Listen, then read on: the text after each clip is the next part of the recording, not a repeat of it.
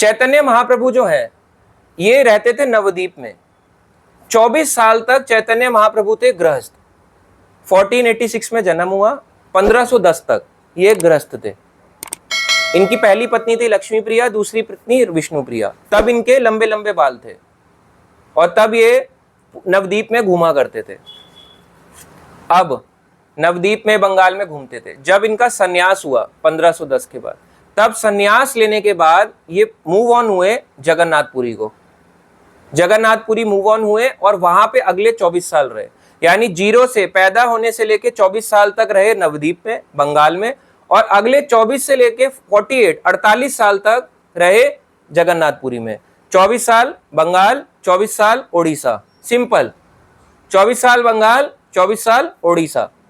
तो चैतन्य महाप्रभु ने सन्यास ले लिया था और सन्यास लेने के बाद, और मिले तो सन्यास से पहले थे किसको? तपन मिश्र को। क्या बोला था? आप ईस्ट बंगाल जो अब बांग्लादेश कहलाता है, यहां से चले जाओ काशी वाराणसी में, वाराणसी जाओ, वहां जाके रहो। और वहां जाके जब ये 2 साल रहे तब रघुनाथ भट्ट गोस्वामी का जन्म हुआ। अब चैतन्य महाप्रभु ने इनको बोलने के बाद उनके कुछ सालों के बाद सन्यास ले लिया। फिर उन्होंने साउथ इंडिया की यात्रा करी, सबको भक्त बनाया। अब आता है 1515 का टाइम। 1515 के टाइम में चैतन्य महाप्रभु पूरा जब अपने उड़ीसा से निकले, जगन्नाथपुरी से, साउथ इंडिया से ट्रैवल करके आए, जगन्नाथपुरी पहुंचे। फिर ये निकले कि अब और जाना चाहिए वृंदावन को, इधर के लोगों को भी भक्त बनाओ। पहले ऐसे चल के आए, इंडिया का मैप देखा है, फिर ऐसे आ गए, अब ऐसे गए कि अब ऊपर नॉर्थ के रीजन्स को कवर करो। पहले सेंट्रल इंडिया, साउथ इंडिया ये सब कवर हो गया, अब नॉर्थ के रीजन्स को कवर करो इंडिया के और भक्त बनाओ। फिर पैदल गए। तो चैतन्य महाप्रभु जहां जाते थे पैदल जाते थे। पैदल यानी कि बस पैदल चलते जा रहे हैं, चलते जा रहे हैं, चलते जा रहे हैं, ऐसे करके जाया करते थे। तो एक टाइम की बात है, चैतन्य महाप्रभु अपने यहां कहां से निकले? जगन्नाथपुरी से। कहां को? वृंदावन को। वृंदावन में कैसे जा रहे थे? चलते हुए। और क्या गाते हुए जा रहे थे? हरे कृष्णा कृष्णा कृष्णा हरे हरे, हरे राम राम राम हरे हरे, हरे कृष्णा कृष्णा कृष्णा हरे हरे, हरे राम राम राम हरे हरे। तो हाथ ऊपर करके निकल रहे थे। अब रास्ते से निकल रहे थे, बट इनके जाने से पहले की भी एक स्टोरी है। चैतन्य महाप्रभु जब भी सोचते थे कि वृंदावन जाऊंगा, सारे भक्त कहते कि जहां भाई भगवान जाएंगे हम भी वहीं जाएंगे। तो ये जा नहीं पा रहे थे अकेले। इन्होंने सोच लिया था कि अब बिना बताए जाना पड़ेगा, भागना पड़ेगा। तो इनके एक पर्सनल असिस्टेंट थे जिनका नाम था स्वरूप दामोदर, जो बस हर समय चैतन्य महाप्रभु क्या किया, चैतन्य महाप्रभु ने राइट डाउन कर लिया। आज महाप्रभु ने ये किया, आज महाप्रभु ने ये किया, सब कुछ नोट डाउन करते रहते थे इनके बारे में। तो चैतन्य महाप्रभु अकेले जाना चाहते थे, पर स्वरूप दामोदर जो इनके असिस्टेंट थे उन्होंने बोला ऐसे मत जाइए महाप्रभु, एक अपने साथ भक्त लेके जाइए। तो उन्होंने अपने इनके साथ एक भक्त भेजा जिसका नाम था बलभद्र भट्टाचार्य। बलभद्र भट्टाचार्य। अब देखो भट्टाचार्य वाले आपको कई मिलेंगे। भट्टाचार्य नाम जब आप ये बुक खोलोगे चैतन्य चरितामृत, आपको भट्टाचार्य भट्टाचार्य कहेंगे, कितने सारे भट्टाचार्य हैं। तो बलभद्र भट्टाचार्य। तो स्वरूप दामोदर ने कहा कि महाप्रभु इनको आप लेके जाओ अपने साथ में। ये क्या करेंगे आपके लिए? आपके लिए भोजन पकाएंगे, भिक्षा मांगेंगे, भीख मांगेंगे और उसके बाद आपके लिए भोजन पकाएंगे, भोग बनाएंगे। और एक और इनका असिस्टेंट लेके जाओ, एक ब्राह्मण जो जल पात्र और आपके कपड़ों को कैरी कर सके, बाकी चीजों को। तो 2 लोगों को लेके चैतन्य महाप्रभु जंगल से निकले, झारखंड के जंगल से। उस टाइम पे झारखंड में कोई टाटा नाम की इंडस्ट्री नहीं थी, उस समय झारखंड जंगल ही था। चैतन्य महाप्रभु 500 साल पहले चलते हुए जा रहे थे, चैंटिंग करते हुए। क्या? हरे कृष्णा कृष्णा कृष्णा हरे हरे, हरे राम राम राम हरे हरे। तो हाथ ऊपर उठाते हुए जा रहे हैं। अब चैतन्य महाप्रभु जब जा रहे थे तो भाई ये दोनों डर गए। क्यों डरे? क्योंकि भाई शेर था 4 पैरों में चलने वाला, यूं कर रहा है। हाथी था, हाथी ऐसे चलता है, हाथी यूं कर रहा है। सारे जानवर ऐसे खड़े होके नाच रहे हैं 4 पैरों वाले। अब ये डर गए भाई कि क्या हो गया चैतन्य महाप्रभु को, भाई जानवर भी नचा डाले इन्होंने। तो जा रहे थे, चाहते तो भगवान ना अंदर से जबरदस्ती भक्ति करा सकते हैं, पर नहीं, भगवान प्यार से सिखाना चाहते हैं। तो नृत्य डांस कराते कराते भक्ति करवा रहे थे। अब जब जंगल के रास्ते से निकले, फाइनली जाके पहुंचे काशी में। काशी उस टाइम पे एक ऐसी नगरी थी, और आज भी ऐसी है, जो क्या कहलाती है? शिव भक्तों की नगरी। 12 ज्योतिर्लिंगों में से एक है काशी विश्वनाथ। काशी विश्वनाथ जो है सबसे स्ट्रॉन्गेस्ट ज्योतिर्लिंग कौन सा है? काशी का माना जाता है। काशी को मुक्ति नगरी भी कहते हैं। काशी का नाम काशी इसलिए पड़ा, यानी जो मुक्त कर दे, यानी जो इस भौतिक ब्रह्मांड से या भौतिक संसार से मुक्त कर दे, उस नगरी को काशी भी कहा गया, या अविमुक्त नगरी कहा गया। अब इसी जगह को वाराणसी भी कहते हैं। बहुत से लोगों को नहीं पता था कि काशी, वाराणसी और बनारस क्या है, आज आपको बताते हैं। काशी सबसे पहले नाम पड़ा काशी, लोगों को लगता है वाराणसी नाम पड़ा, नहीं, सबसे पहले काशी नगरी पड़ा। जब प्रलय आता है तो शिव जी ने कहा, क्योंकि मैं अपने जो मेरा धाम है, अपने ही उस धाम को इस भौतिक पृथ्वी पे लेके आना चाहता हूं, और इसका प्रलय के समय विनाश नहीं होगा। क्यों? क्योंकि मैं अपने त्रिशूल पे ऐसे लेके खड़ा कर दूंगा इस काशी नगरी को, ताकि इसको कोई खत्म ना कर पाए। बट इसका मतलब ये नहीं है लोग नहीं मरेंगे, लोग मरेंगे। ये वो चीज बताई गई कि अप्रकट रूप में आज भी काशी रहता है। जैसे वृंदावन नष्ट नहीं होता, काशी नष्ट नहीं होता, कुछ भी नष्ट नहीं होता। तो काशी इस तरह से नाम पड़ा। अब जब काशी नाम पड़ गया तो वाराणसी कैसे आया? तो देवता यहाँ पे आते रहते थे। देवता ने सोचा कि भाई हर कोई यहाँ पे एंटर ना करे, अब इसकी बाउंड्री बनाते हैं। तो 2 नदियां उन्होंने प्रकट करवाई, एक वरुणा नदी, एक अस्सी नदी। वरुणा अस्सी का नाम बना वाराणसी। नाम क्या था? वरुणा अस्सी, वरुण अस्सी नाम होना चाहिए था, पर वाराणसी हो गया। और बाद में हमारा भारत महान, वाराणसी का नाम बढ़ दिया बनारस। जैसे वृंदावन को लोग बोलते हैं कहां जा रहे हो? मथुरा वृंदावन, वो कहते हैं वृंदावन जा रहे हैं, वृंदावन। तो वृंदा से वृंदा, तो वाह का बा कर दिया। तो ऐसे ही हमारे इंडिया में आदत है, जैसे नाम होता है किसी का अच्छा सा, उसका नाम दे देंगे बंटी। नाम राहुल होगा, बंटी, चुन्नू, हाँ, ऐसे उठ पटांग के नाम हमारे इंडिया में देने की आदत है। ऐसी वृंदावन, वाह का बा कर दिया। तो ऐसे ही अपभ्रंश है, वाराणसी से बनारस बन गया। और कई लोग कहते हैं भाई बनारस के बारे में कि बनारस एक्चुअली हिंदुओं का वर्ड ही नहीं है, बनारस हिंदू ने नहीं बनाया, ये अपभ्रंश भी है, और ये बाद में मुगल्स के द्वारा आया बनारस। अब काशी विश्वनाथ का जो मंदिर है, ये है तो बहुत टाइम पुराना, सबसे बहुत प्राचीन है, करोड़ों करोड़ों साल पुराना। अब यहाँ पे उस टाइम 500 साल पहले मंदिर था, किनका? शिव जी का, काशी विश्वनाथ का। तो चैतन्य महाप्रभु अब जा रहे थे, पैदल चलते चलते निकले। 2 लोग थे, बलभद्र भट्टाचार्य और एक ब्राह्मण, उनके साथ निकले और काशी पहुंचे। क्योंकि रास्ता अगर आप देखो, बंगाल से आओ तो काशी आएगा, फिर वृंदावन आएगा, पहले इधर यूपी का इधर हिस्सा, फिर इधर वाला। तो काशी पहुंच गए। अब काशी में पहुंचने के बाद, एई मत नाना सुखे प्रभु आइला काशी, मध्यान्ह स्नान कैल्य मणिकर्णाय आसी। महाप्रभु प्रसन्न होते हुए प्रसन्न मन से काशी नामक तीर्थ स्थान में पहुंचे। वहां उन्होंने मणिकर्णिका नामक घाट में स्नान किया। मतलब उस टाइम पे भी मणिकर्णिका था। मणिकर्णिका का मतलब है, जब ये घाट बना तो विष्णु जी की मणिकर्णिका यानी कान की मणि, कर्णिका यानी कान, मणि गिर गई थी, इसलिए मणिकर्णिका। कई लोग कहते शिव जी की गिरी तो मणिकर्णिका, इसलिए घाट बना।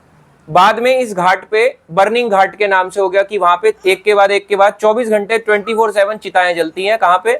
मणिकर्णिका। भारत में सबसे ज्यादा चिताएं अगर किसी को देखनी हो तो मणिकर्णिका में 24 घंटे, बारिश आ जाए, तूफान आ जाए, ओले पड़ जाए, तब भी चिताएं जलती हैं।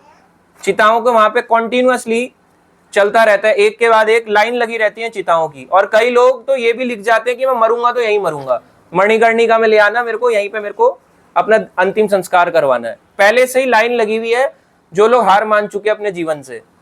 और कई सही भी होंगे तो वो भी लिख देते हैं कि हमें मणिकर्णिका में अपना वो करना है। क्यों? क्योंकि मुक्त हो जाएंगे। अब यहां पे शिवजी की नगरी में जितने भी भक्त लोग थे वो क्या जपते थे? ओम नमः शिवाय, ओम नमः शिवाय। तो ये मंत्र जाप करते थे। अब मंत्र तो बहुत अच्छा है, बट पर्पस क्या था?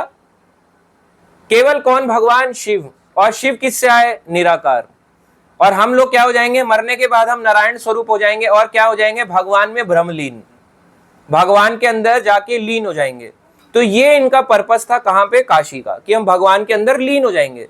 हमारी आत्मा ऐसे करके टू ज्योति की तरह निकलेगी और ऐसे करके भगवान के निराकार रूप में मिल जाएगी। ये इनका कंसेप्ट था काशी में।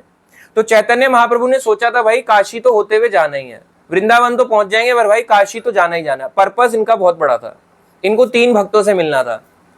तपन मिश्र, इनके एक साथ के थे चंद्रशेखर वैद्य, और तीसरे थे इनके ही बेटे तपन मिश्र के रघुनाथ भट्ट गोस्वामी, और एक चौथे और थे, उनका नाम था सनातन गोस्वामी। इन 4 लोगों से स्पेशली मिलने के लिए चैतन्य महाप्रभु काशी गए, क्योंकि भगवान क्या कहते हैं? परित्राणाय साधुनाम, मैं किस लिए आता हूं? पहले साधुओं का उपकार करने के लिए। विनाशाय च दुष्कृताम, फिर मैं मायावादियों का खंडन करूंगा। विनाशाय च दुष्कृताम, धर्म संस्थापन अनर्थाय, धर्म की दोबारा पुनर्स्थापना करूंगा। क्या? कब? संभवामि युगे युगे, हर युग में आऊंगा और धर्म की पुनर्स्थापना करूंगा। आज भी इंडिया में लोग यही मानते हैं कि मरने के बाद आत्मा ज्योति में या लाइट में मिल जाती है। ऐसे ही चैतन्य महाप्रभु का पर्पस था, जब हम काशी जाऊंगा तो काशी जाके भक्त बनाऊंगा सबको, जितने भी हैं यहाँ के मायावादियों को भी भक्त बनाना है।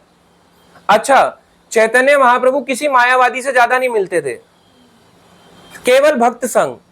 चैतन्य महाप्रभु को भक्त संग बड़ा पसंद था, अच्छे भक्त, ऐसे भक्त नहीं जो गलत कर रहे हैं। चैतन्य महाप्रभु किसी भी फालतू भक्त को ज्यादा टाइम नहीं देते थे, दूर से चले जाओ, वह दूर से ज्यादा उसको समय नहीं देते थे। केवल अच्छे भक्त चाहिए होते थे चैतन्य महाप्रभु को। तो इन 4 लोगों के लिए कौन कौन? तपन मिश्र, उनके बेटे रघुनाथ भट्ट, तीसरे हुए चंद्रशेखर वैद्य, और चौथे हुए सनातन। इन 4 के लिए स्पेशली काशी आए थे। रास्ता था यहां से और यहां रुक गए, 10 दिन रुके काशी में। कई बार आप फोटो भी देखते हो कि मैं आपको दिखाता हूं। ये देखो, ये एक बुक है, इसमें देखो चैतन्य महाप्रभु जो जंगल से निकले, ऐसे देखो ये जंगल में प्राणी, वैसे तो शेर इसमें दिखाए नहीं गए पर शेर भी थे, सारे के सारे देखो खुश हो गए थे चैतन्य महाप्रभु को देख के, जानवर भी। और इनका पर्पस था चैतन्य महाप्रभु का कि जब देखो काशी जाऊंगा तो रास्ते में जानवरों का भी उद्धार हो जाएगा, जानवर भी डांस करेंगे, सब डांस करेंगे, जानवरों का भी उद्धार हो गया। तो काशी, अब स्टोरी आती है, कथा ये आती है कि काशी तो पहुंच गए, 10 दिन रुके। इन्होंने सोचा 10 दिन मुझे रुकना है। कहा? अब ये जब पहुंचे तो स्नान करना था इन्हें मणिकर्णिका में। तो मणिकर्णिका में जब स्नान कर रहे, उसी समय तपन मिश्र भी गंगा में स्नान कर रहे थे। मणिकर्णिका के घाट पे जहां पे कॉन्टिन्यूअस चिताएं जलती हैं, वहां पे तपन मिश्र भी स्नान कर रहे, चैतन्य महाप्रभु भी पहुंच गए। और एकदम से तपन मिश्र को हैरानी हुई कि ये कौन है, क्योंकि चैतन्य महाप्रभु जब उनसे मिले थे बंगाल में तब उनके बड़े बड़े बाल थे, अब आए हेड शेव करके, जैसे मैं हूं। अब मेरे बाल तो, मेरे तो क्या ही बाल, पर वैसे बता रहा हूं, मान लो बड़े किसी के बाल हो, एकदम से टकला होके आ जाए तो आप कहोगे अरे क्या हो गया इनको, क्या हो गया? ऐसे उनने एकदम से गंजा देख लिया उनको।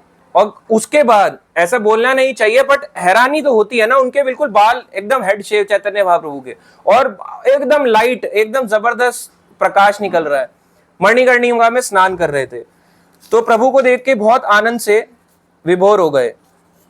वो इसलिए भी खुश थे कि चैतन्य महाप्रभु ने फाइनली संन्यास ले लिया और यहाँ पे मेरे से मिलने आए हैं। फिर उन्होंने महाप्रभु के चरण पकड़ लिए और तपन मिश्र रोने लगे चरण पकड़ के।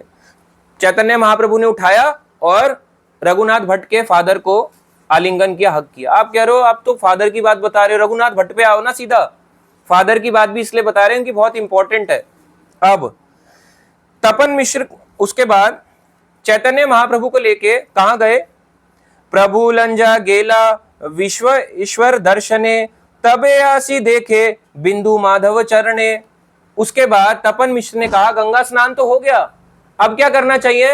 एक काम देखो, प्रोसीजर है, प्रोसीजर से ले गए तपन मिश्र कि पहले जाएंगे स्नान करके बिंदु कहां पे, काशी विश्वनाथ, और उसके बाद कहां जाएंगे? बिंदु माधव। यानी वैष्णव कैसे फॉलो करते हैं? पहले गंगा स्नान, फिर शिवजी दर्शन, फिर विष्णु दर्शन, बिंदु माधव।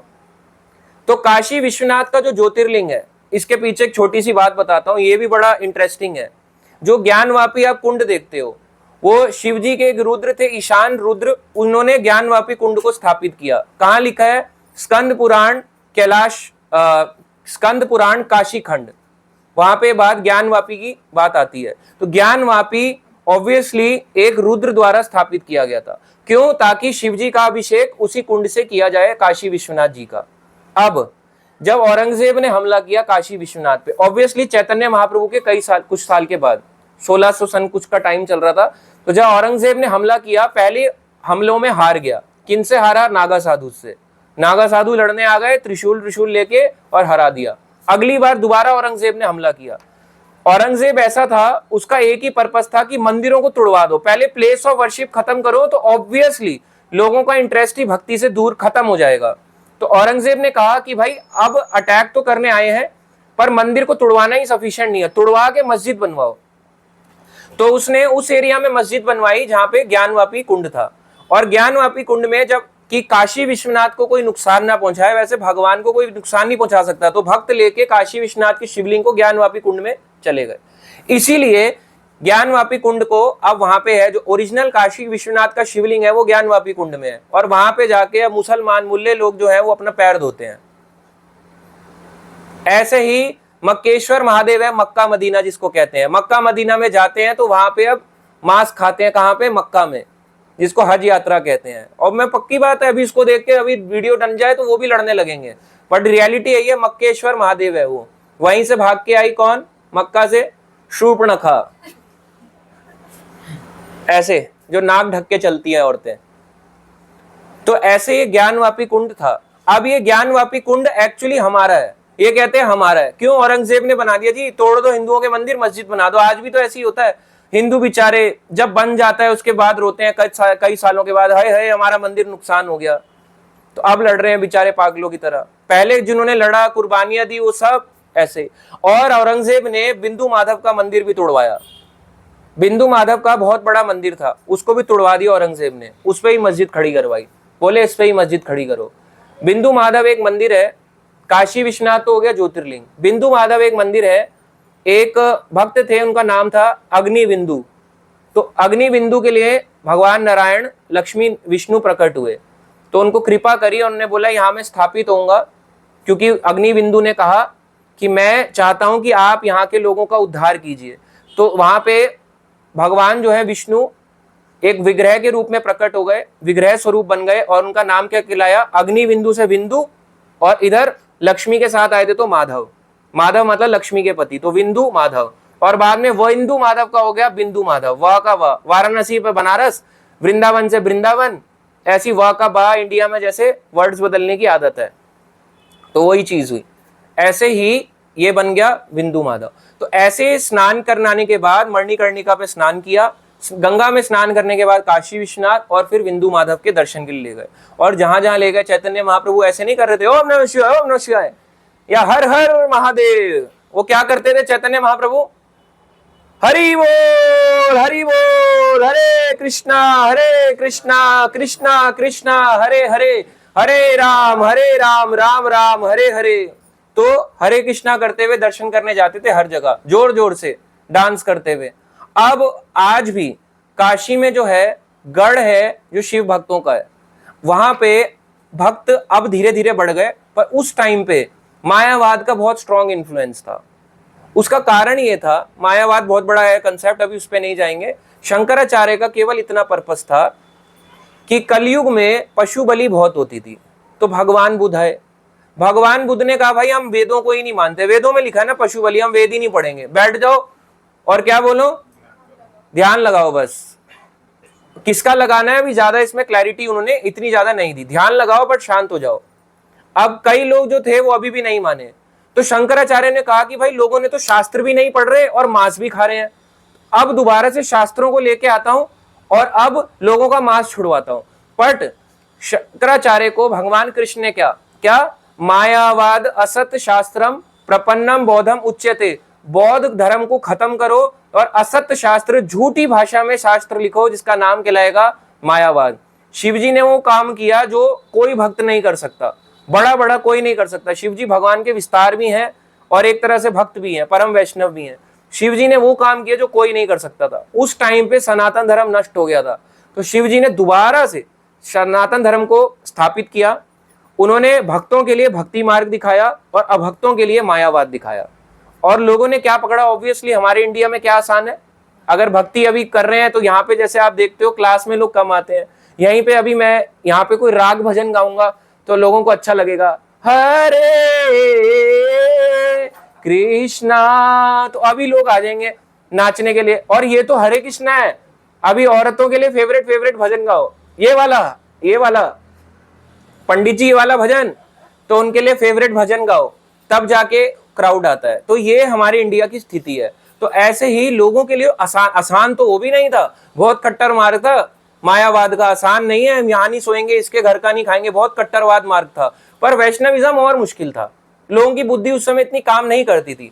तो वैष्णवों को वैष्णव मार्ग, और जो लोग नहीं पकड़ सकते उनको शैव मार्ग, उनको मायावाद पे लेके आए। अब जब शिवजी ने किया, इतने सालों के बाद भी मायावाद आज तक भी मायावाद ही है, आज तक चला आ रहा है।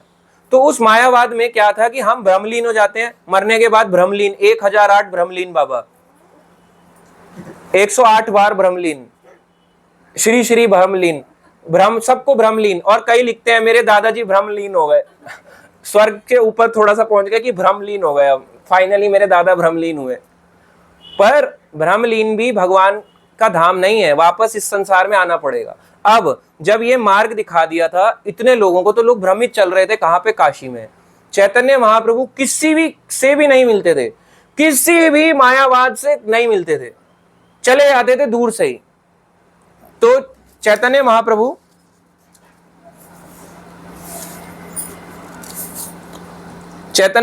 जो है तपन मिश्र के फाइनली घर आए और वहां पे 10 दिन रहे। अभी वृंदावन पहुंचे नहीं थे, अभी तपन मिश्र के घर आए।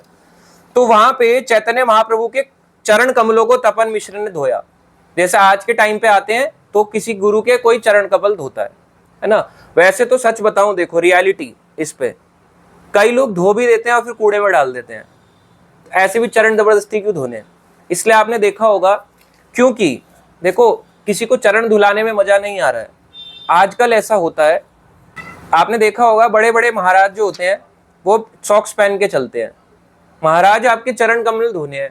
अब देखो चरण कमल धोने का मतलब क्या है? धो के पी जाओ या धो के कूड़े में डाल दो, अपमान कर दो, तो फायदा नहीं है। तो बड़े बड़े सन्यासी इसका आज भी लोग करते हैं। तो चैतन्य महाप्रभु उस टाइम पे उनके ऐसे नहीं था पैर गंदे हो गए थे, क्योंकि उनकी पैर को कोई चीज गंदी छूती नहीं थी ऐसे, और महाप्रभु हमेशा चमकदार रहते थे। तो चैतन्य महाप्रभु तपन मिश्र के घर आए, तब उन्होंने ये उनका चरण अभिषेक किया। बट आम तौर पे ये हर किसी को इसलिए नहीं करना चाहिए क्योंकि उसकी वैल्यू वो जानता ही नहीं।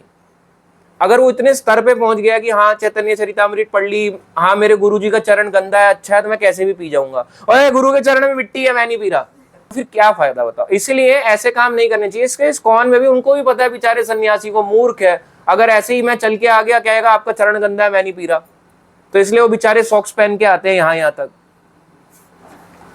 और किसी को छूने भी नहीं देते कि भाई छू लेगा तो पता चले और 2-4 बोले अरे इनके गुरुजी का चरण गंदा हो गया।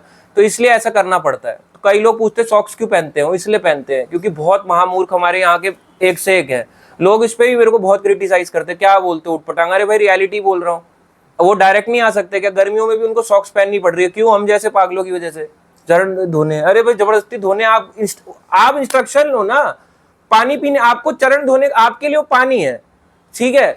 भक्त है जिसने सच में उसकी वैल्यू कर रहा है तो हाँ वो कहेगा भाई चरण अभिषेक है, फिर वो गंदा अच्छा नहीं देखेगा। बाकी नॉर्मल लोगों के पानी है, तो इसलिए ऐसे काम नहीं करने। चैतन्य महाप्रभु के चरण धोए, उसके बाद उन्होंने चैतन्य महाप्रभु की पूजा करी। आज भी ये होता है प्रोसेस, तो गलत नहीं है, आचार्य की पूजा करी जाती है। और उसके बाद उन्हें बलभद्र भट्टाचार्य उनका भी सम्मान किया, जो उनके साथ 2 सर्वेंट आए थे, बलभद्र भट्टाचार्य और ब्राह्मण। कहां से? बंगाल से। अब उन्होंने अपने भोजन करने के लिए आमंत्रित किया और बलभद्र भट्टाचार्य को कहा, क्योंकि वो महाप्रभु के कुक थे, आप जाओ और इनके लिए प्रसाद बनाओ। तो उनके घर में, तपन मिश्र के घर में बलभद्र भट्टाचार्य कुकिंग कर रहे हैं। एक चीज अब और बताता हूं, बलभद्र भट्टाचार्य और वल्लभ भट्टाचार्य दोनों नाम में सिमिलर है। वल्लभ भट्टाचार्य है वल्लभाचार्य, और बलभद्र भट्टाचार्य हैं जो बंगाल रहते थे। वल्लभ भट्टाचार्य को वल्लभाचार्य कहते हैं, जिनका नाम आपने देखा होगा महाप्रभु बैठक, महाप्रभु बैठक, महाप्रभु बैठक। ये जो है, इनका नाम था वल्लभाचार्य। इनका जन्म हुआ चंपारण्य, छत्तीसगढ़। इनका घर था प्रयागराज, जहां चैतन्य महाप्रभु इनसे मिले, और इन्होंने जहां समाधि ली वो है काशी। तो काफी लोग बलभद्र और वल्लभ भट्टाचार्य को भी एक कर देते, क्योंकि दोनों भट्टाचार्य जोड़ दो, शर्मा भाई भाई। हाँ, प्रबोधानंद प्रकाशन, सरस्वती भाई भाई। तो लोग एक एक को कंबाइन कर देते हैं, तो ये दोनों अलग हैं। तो यहाँ बलभद्र भट्टाचार्य की बात हो रही है। उन्होंने भोजन बनाया। अब जो उनका चरण अभिषेक था, उन्होंने अपने घर में सबको पिलाया, तपन मिश्र ने। और सबसे खास बात, उनके पुत्र जो थे रघुनाथ भट्ट गोस्वामी, उन्होंने पिया। उन्होंने भी उस चरण अभिषेक के जल को पिया। उस समय उनकी उम्र थी 10 साल। 1505 में जन्म हुआ, 1515 में इनके घर में काशी में पहुंचे। तपन मिश्रा का आज भी घर है काशी में ही। वो एक जगह आती है पंचगंगा घाट, जिसको पंचनद तीर्थ कहते हैं। पहले के टाइम में, चैतन्य महाप्रभु के टाइम में 5 नदी बहती थी उधर। तो अब एक ही नदी है जो गंगा कहलाती है। सरस्वती तो वैसी नहीं दिखती, और भी नदी, यमुना भी नहीं दिखती, तो 5 नदी थी। पंचगंगा घाट के पास इनका घर था तपन मिश्र का। तपन मिश्र के पास में ही वहां पे चैतन्य महाप्रभु 10 दिन रुके। फिर ये वहां पे उनसे सेवा लेने के बाद आगे बढ़ गए, कहां पे? वृंदावन को। अब वृंदावन से लौटे, फिर से उन्होंने सोच लिया कि कहां जाना है? तपन मिश्र के घर। अब चैतन्य महाप्रभु जाते तो काशी नहीं आते दोबारा, पर उन्हें दोबारा काशी आए। क्यों? क्योंकि उन्होंने कहा था तपन मिश्र ने कि आप मेरे से सेवा स्वीकार करना। और उनके साथ एक और भक्त थे जिनका नाम था चंद्रशेखर वैद्य, जो बाय प्रोफेशन तो वैद्य थे, बट काम उनको करना पड़ता था क्लर्क का। जैसे हम लोग होते हैं, करा कुछ और होता कुछ है, तो इन ये थे। तो ऐसी तपन मिश्र जो है, इनको कथा सुनाया करते थे भागवतम की और चैतन्य महाप्रभु की। किसको? चंद्रशेखर वैद्य को। तो ये भी भक्त बन गए थे। अब ये भक्त बन गए, ये भी बन गए। उस जमाने में भक्त थे ही नहीं, बहुत ना के बराबर भक्त थे काशी में। यही 2-4 ही भक्त थे बस। अब जब इन्होंने सुनाई तो महाप्रभु वहां से वापस आए वृंदावन से। अब जाके 2 महीने रुके। 2 महीने कहाँ रुके? चंद्रशेखर वैद्य के घर। और लंच के लिए जाते थे तपन मिश्र के घर। तो जब भी जाते थे, रघुनाथ भट्ट चैतन्य महाप्रभु के क्या करते थे? चरण दबाया करते थे। तो रघुनाथ भट्ट उनके पैर दबाया करते थे, ऐसे उनको सेवा करते थे वो। अब एक और बात आती है इसमें, एक और बात आती है कि देखो, चरण दबाना, क्या चैतन्य महाप्रभु जैसे को पैर दबाने की जरूरत पड़ रही है? नहीं। फिर भी चैतन्य महाप्रभु ने स्वीकार किया। क्यों स्वीकार किया? क्योंकि वो चाहते थे उनसे सेवा लेना। और ऐसा नहीं था चल हट हट हट, ऐसे नहीं। सेवा चाहते थे, ताकि इस सेवा के माध्यम से जब निचले लेवल की हम सेवा करते हैं तो हमें अच्छे से और भक्ति समझ आती है। इसलिए उन्होंने ये सेवा चैतन्य महाप्रभु ने रघुनाथ भट्ट गोस्वामी से ली। अब रघुनाथ भट्ट गोस्वामी इनसे सारी सेवा करते, इनके जूठे बर्तन धोते चैतन्य महाप्रभु के, इनके साथ रहते, सोते उठते बैठते, इनसे बात करते, भोजन के लिए आ जाते तो इनके साथ भोजन के लिए पहले महाप्रभु को खिलाते, फिर बैठते, इनका जूठा प्रसाद खाते। आजकल के टाइम में किसी महाराज को दिया जाता है तो ऐसे लेते हैं थोड़ा सा, और उसके बाद वो वहां से नहीं खाते दोबारा। उसका रीजन बताओ क्यों? क्योंकि मान लो जूठा खाया और किसी को दे दिया, शिष्य हो क्या है महाराज, ये क्या है, ऐसे कर देगा, हो गया उसका अपराध काउंट हो गया, इसलिए उसको देते भी नहीं है। कहेंगे पागल है। पहले तो महाराज गुरु भी कर रहा है, फिर जूठा भी नहीं खा पा रहा, इसलिए देते भी नहीं है वो हर किसी को। आप समझ पा रहे हो क्या ये क्यों ऐसे चक्कर बना हुआ है? क्योंकि हर कोई उसकी वैल्यूज को नहीं समझ पाता। लोगों के लिए वो कचरा है, पर उनके लिए वो महाप्रसाद है। उनके लिए महाप्रसाद है। जब भगवान को लगे महाप्रसाद, और जब वो कोई भक्त खा ले, गुरु आचार्य खा ले, तो वो महाप्रसाद, तो उनके लिए महाप्रसाद था। ऐसे करके उनसे सेवा लेते चैतन्य महाप्रभु।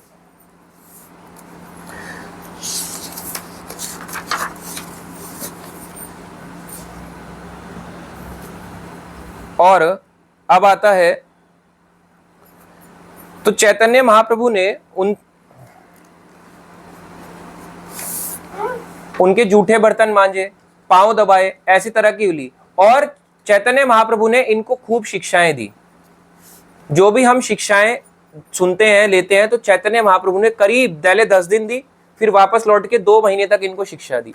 जब भी चैतन्य महाप्रभु खाने के बाद पास में एक बरगद का पेड़ था, जिसको कहते हैं चैतन्य वट, यानी वट वृक्ष के नीचे ऐसे करके चैतन्य महाप्रभु लेट जाते। अब उस जगह का नाम हो गया है यतन वट से जतन वट। चैतन्य वट नाम था, फिर यतन वट, फिर जतन वट, अब जतन वट उसको लोग जानते हैं।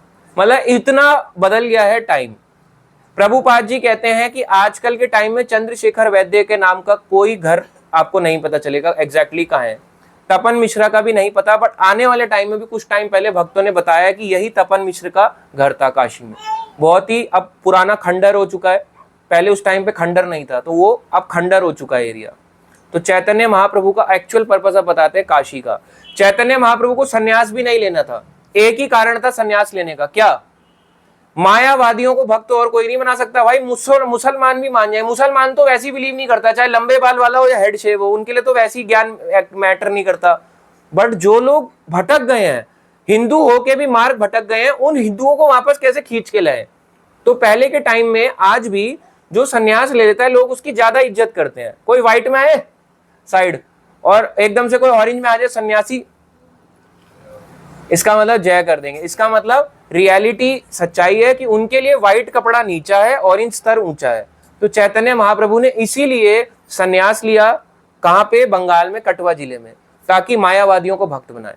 चैतन्य महाप्रभु जब काशी में आए थे, किसी से नहीं मिलते थे। एक बार एक महाराष्ट्रियन ब्राह्मण आया, उसने कहा कि आपसे एक व्यक्ति मिलना चाहते हैं। उनका नाम क्या है? प्रकाशानंद सरस्वती। वह मिलना चाहते हैं और आपसे वेदांत का चर्चा करना चाहते हैं। तो चैतन्य महाप्रभु पहले गए नहीं, फिर बाद में चले गए। क्यों?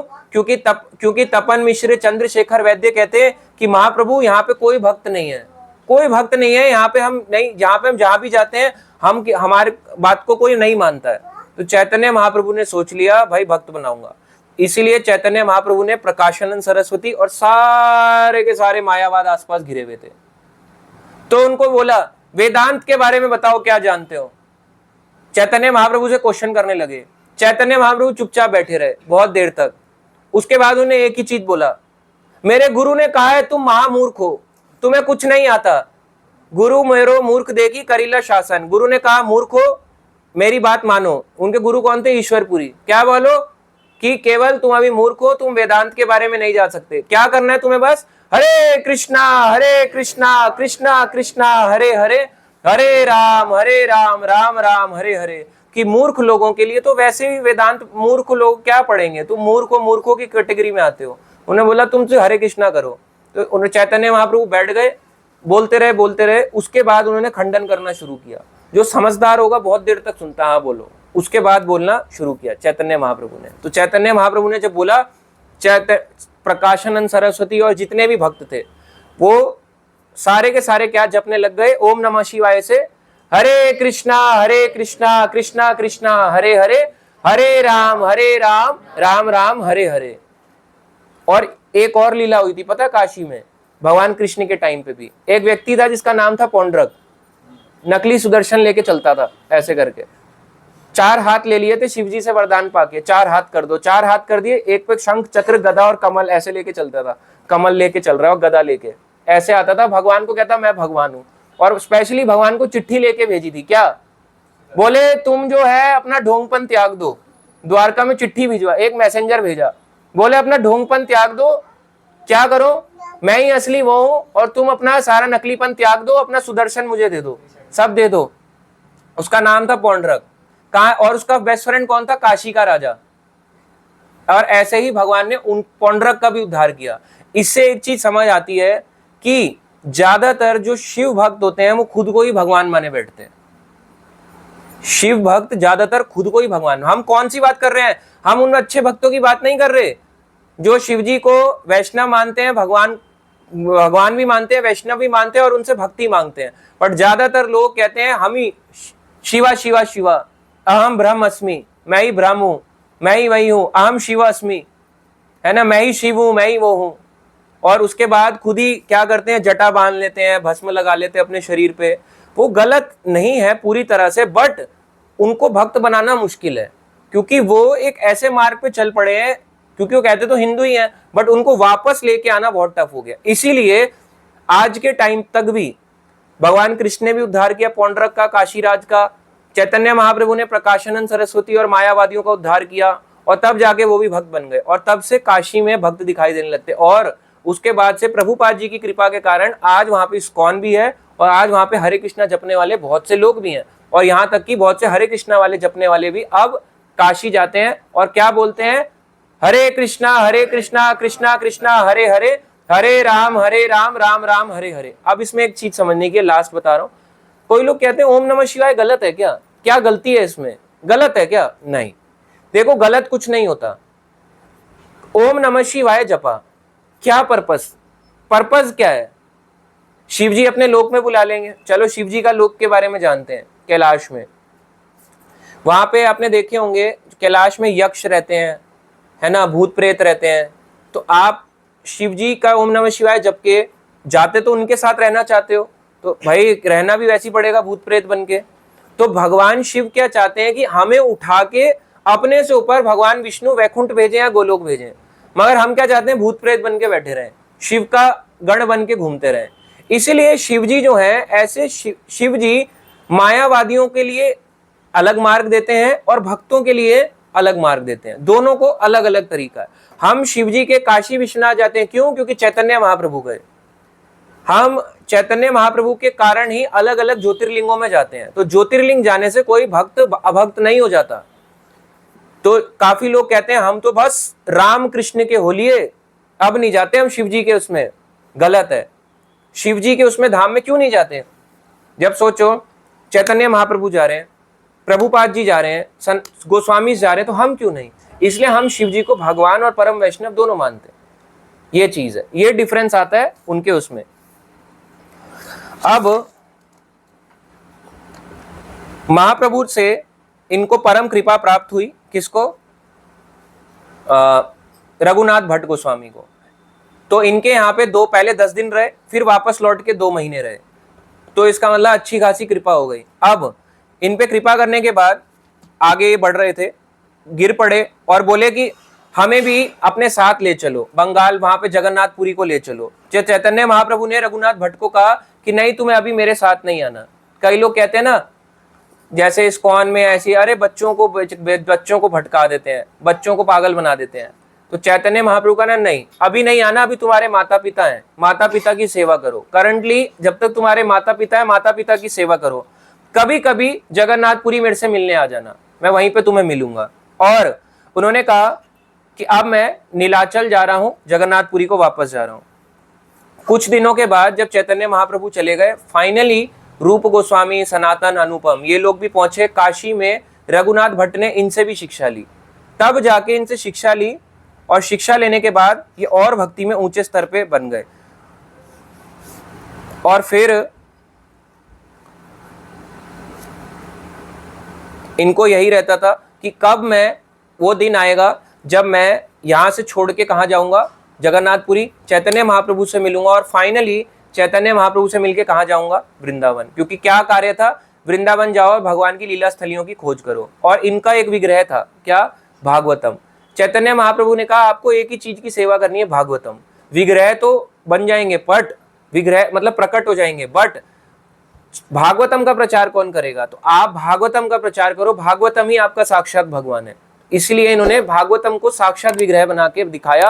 और चैतन्य महाप्रभु ने यह भी प्रूव किया कि भागवतम, अगर आपके घर में कोई लड्डू गोपाल, कोई कुछ नहीं है, तो जिसके घर में भागवतम है वो साक्षात कृष्ण ही है। डायरेक्टली वो अपने मंदिर में रख के अब उसकी भी पूजा कर सकता है, तो वो भगवान ही है।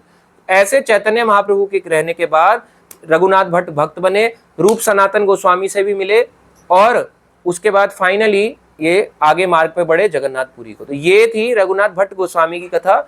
और ऐसे चैतन्य महाप्रभु ने काशी से वापस उद्धार करके वापस अपने जगन्नाथपुरी को पहुंचे।